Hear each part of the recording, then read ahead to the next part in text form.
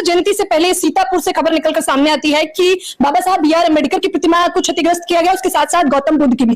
तो नंदा भाई राजपूत, मुझे ये जानना है कि क्या ये सोची समझी साजिश के तहत किया गया है या महज इत्तेफाक है? देखिए, डर है। बाबा साहब से इतने डरते हैं कि रात के अंधेरे में जाकर मूर्तियां तोड़ते हैं, तो इनमें डर है बाबा साहब से।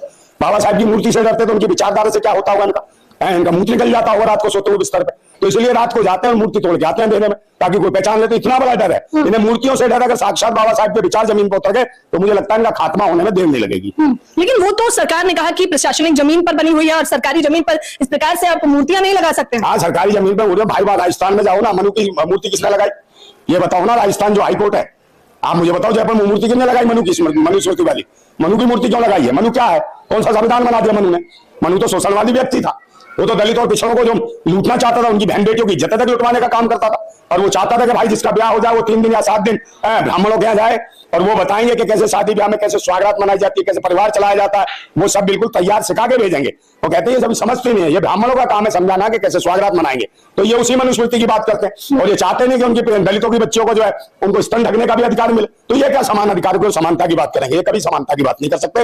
ये शोषण करना चाहते हैं, दलितों और पिछड़ों का टारगेट कर रखा है। अभी और